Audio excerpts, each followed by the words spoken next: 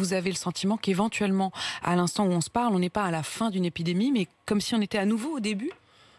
Alors oui, mon opinion, c'est qu'on n'a jamais été à la fin de l'épidémie. Je crois qu'il y a eu une erreur quand même fondamentale, notamment de la part, par exemple, du Conseil scientifique qui a dit qu'il allait arrêter de travailler. Donc ça a crédité l'idée que l'épidémie était finie. Ça, c'est une catastrophe d'avoir dit ça, parce que l'épidémie, malheureusement, enfin, je suis désolé, parce que je vais être un peu l'oiseau de mauvais augure, mais l'épidémie, je pense quand même que le gros de l'épidémie est encore devant nous, et non pas derrière nous. Oui, je sais, ça paraît difficile de dire ça. Alors, ça sera probablement différent selon les régions de France.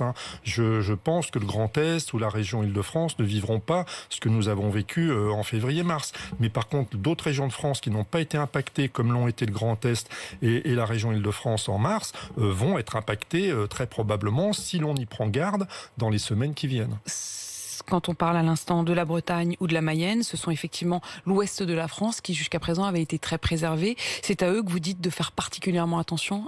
En fait, je dis à tout le monde de faire particulièrement attention, y compris en Île-de-France, y compris dans le Grand Est, sauf que nous, on est sensibilisés parce qu'on a déjà eu à gérer la première vague. Et en plus, il y a quand même un relâchement assez compréhensible. C'est la période des vacances, on n'a pas envie de se prendre la tête avec un masque. Je le comprends très bien.